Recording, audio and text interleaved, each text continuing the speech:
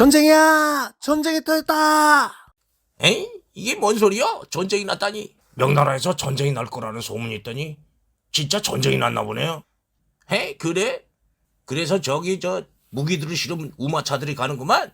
명나라로 무기들을 보내는 건가 봐요. 1년 전에 명나라에서 전쟁이 일어나서 창과 마차가 부족해졌습니다. 그러자 조선 조정에서는 조선에 있는 나무들을 베어 창과 마차를 만들어 명나라로 보냈습니다. 며느리는 우마차를 보며 조선의 나무가 귀하게 될 거라고 예감했습니다.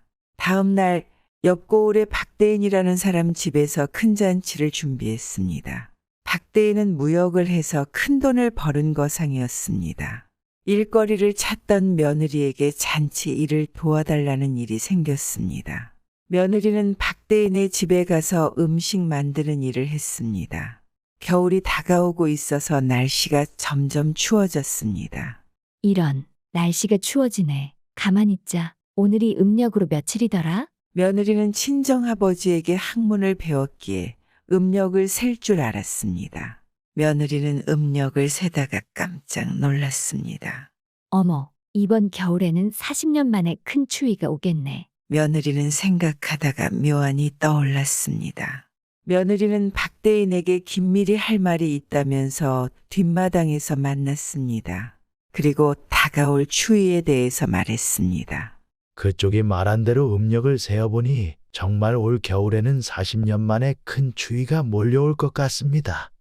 헌데 그 묘안이라는 게 뭐지요? 조선은 코로나 때문에 물가가 치솟았습니다. 거기다가 명나라에 창과 마차를 보내서 나무들이 부족합니다. 그런 이유로 조만간 조정에서는 벌목을 금지하라는 명을 내릴 것입니다.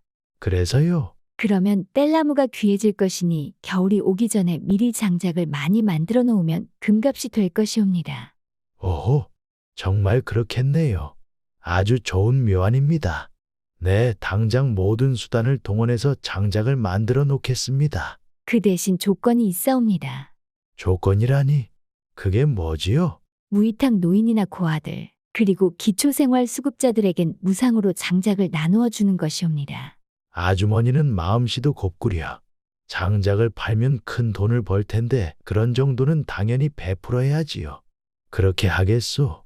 감사합니다. 나중에 장작으로 돈을 벌면 크게 보답하겠습니다. 박대인은 며느리의 말에 따라 모든 수단을 동원해서 장작을 산더미처럼 준비했습니다. 시누이가 그 광경을 훔쳐봤습니다.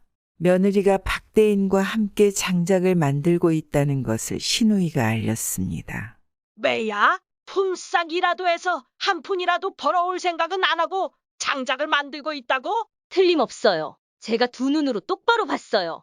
아이고, 우리 집안을 망하게 하더니 나중에는 별 해괴한 짓을 다 하는구나. 그리고 겨울이 왔습니다. 40년 만에 추위가 몰려오자 사람들은 뗄나무가 필요했습니다.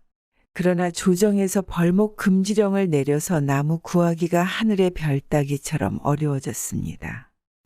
아니, 장작이 없다니 그게 무슨 말인가? 조정에서 벌목을 금지하고 있으니 우리도 장작을 구하지 못해서 빈손일세. 에이, 불을 떼지 않으면 얼어 죽을지도 모르는데 큰일이구만. 에이, 보일러라도 설치했으면 좋겠지만 그럴 수 없으니. 아니, 어르신, 보일러라뇨? 그게 뭔데요? 방바닥에 호스를 깔고 기름으로 물을 끓여서 데우는 방식인데 아주 편하고 뜨끈뜨끈하지. 최첨단 시설이야. 그래요? 내가 정감록에서 보일러에 대해서 읽었는데 보일러는 300년 후에 우리 후손들이 쓰는 난방이라고 적혀 있었네. 정감록은 조선시대의 민간인들에게 읽혀지던 예언서였습니다. 그럼 우리도 당장 보일러를 설치하면 되겠네요. 이 사람아, 그 호스는 플라스틱으로 돼 있어. 플라스틱은 300년 후에나 생기는 건데 지금 어찌 만들겠나? 그럼 보일러는 못 만들겠네요. 보일러뿐 아니야. 300년 후에는 그 핸드폰인가 뭔가도 나온다는데 그게 천리 밖에서도 서로 얼굴을 보면서 대화를 한다는 게요. 에이, 어르신. 농담하지 마세요. 어떻게 천리 밖에서 서로 얼굴을 봐요? 이 사람아, 정감록에 써있는데 그게 틀렸다는 게야. 진짜 그렇게 적혀 있었어요? 50페이지 둘째 줄에 써있네. 확실해. 그래요? 어쨌든 보일러도 안 된다. 이거 어떡하지? 저기 저 건너고을에 박대인이 장작을 산더미처럼 쌓아놓고 판다는 소문을 들었네. 아니, 거기 가보게. 헌데 그 장작이 귀해서 가격이 5배나 뛰었다는구만. 에? 사람들은 장작이 귀해지자 너도 나도 몰려들었습니다. 박대인은 장작을 5배나 오른 가격으로 팔았고 엄청난 돈을 벌었습니다. 박대인과 며느리는 기뻐했는데 뜻하지 않은 병고가 생겼습니다.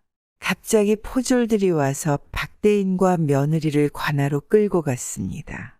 너희들이 장작을 매점 매석해서 가격을 치솟게 하고 독점해서 백성들에게 고통을 줬다는 게 사실이냐? 사또 아니옵니다. 닥쳐라! 매점 매석은 나라에서도 금하고 있는 중죄다. 여봐라!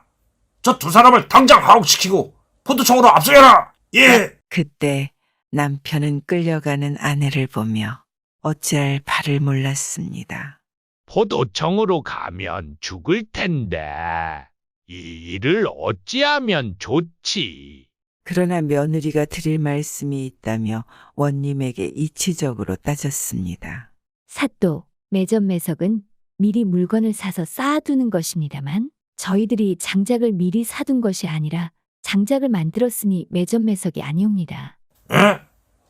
그런가? 그대의 말을 듣고 보니까 매점 매석은 아니구나. 며느리의 이치에 맞는 말에 그만 원님도 할 말이 없어졌습니다. 거기다가 박대인이 어려운 사람들에게는 무상으로 장작을 나누어 준 일이 밝혀져 원님은 2사람을 석방했습니다. 남편은 석방된 아내의 2 손을 잡고 반겼습니다. 여보, 당신이 죽을 거라고 생각했는데 이렇게 살아서 만나다니 꿈만 같구려. 저도 당신을 다시 만나서 기뻐요. 쓸데없는 짓거리를 하더니 결국 관아로 끌려가.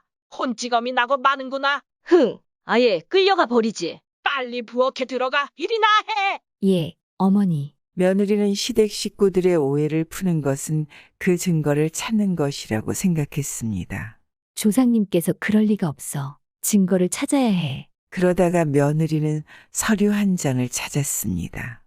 그 서류는 오대조 할아버지가 관아에 탄원을 올렸던 글이었습니다.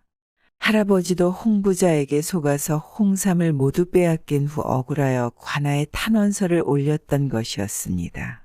이럴 수가. 우리 조상님도 홍부자에게 당했던 거였어. 남편의 조상을 속였던 게 아니었어. 며느리는 탄원서를 들고 시댁으로 가서 시댁 식구들에게 보여주었습니다. 얘야, 이게 뭔데 우리더러 읽으라는 게냐? 읽어보시면 아시게 될 것입니다. 얘, 거기 뭐라고 써있냐? 엄마, 새언니의 오대조 할아버지가 쓴 탄원서인데요. 신우이와 남편은 탄원서의 내용을 시어머니에게 말해 주었습니다. 그러자 시어머니는 깜짝 놀랐습니다. 그럼 너의 조상도 당했단 말이냐? 예, 오대조 할아버지께서 탄원을 했지만 홍부자를 이길 수 없었고 오히려 모함을 받아서 저의 집안 역시 몰락하여 지금까지 가난하게 살게 되었습니다. 시어머니와 시누이는 모든 것이 오해였다는 것을 알고 며느리에게 사과했습니다. 얘야, 오해해서 미안하다. 날 용서해다오. 새언니, 미안해요. 아닙니다. 저라도 오해를 할 수밖에 없었을 거예요. 저는 이렇게라도 오해가 풀려서 다행이라고 생각합니다. 며느라가 내가 늙어서 그만 주책을 부렸다. 앞으로 한 식구처럼 살자. 고마워요, 어머님. 그 탄원서 한 장으로 모든 오해가 풀려서 그동안의 모든 것이 눈 녹듯이 사라졌고 모두 기뻐했습니다. 그때 박대인이 찾아와서 돈이 든 궤를 내밀었습니다. 며느님께서 묘안을 알려주어서 제가 큰 돈을 벌었습니다. 그래서 보답하고자 이렇게 왔습니다. 시댁 식구들은 돈꾀 속에 금화가 가득한 것을 보고 깜짝 놀랐습니다. 아니, 이게 뭐야? 금하구나. 엄마, 이 돈이라면 우리 집안 대대로 부자로 살 것 같아요. 박대인 어르신, 고맙습니다. 천만에요. 이댁 며느님 덕분에 저도 대박을 쳤습니다. 오히려 제가 며느님에게 감사를 드려야지요. 며느라가 네가 우리 집 복덩이다. 복덩이야. 여보, 모두 당신 덕분이요. 사랑하오. 저도 사랑해요, 서방님. 그렇게 며느리는 코로나로 치솟은 물가와 40년 만에 찾아온 강추위를 지혜로 넘기고 시댁을 풍요롭게 하였답니다.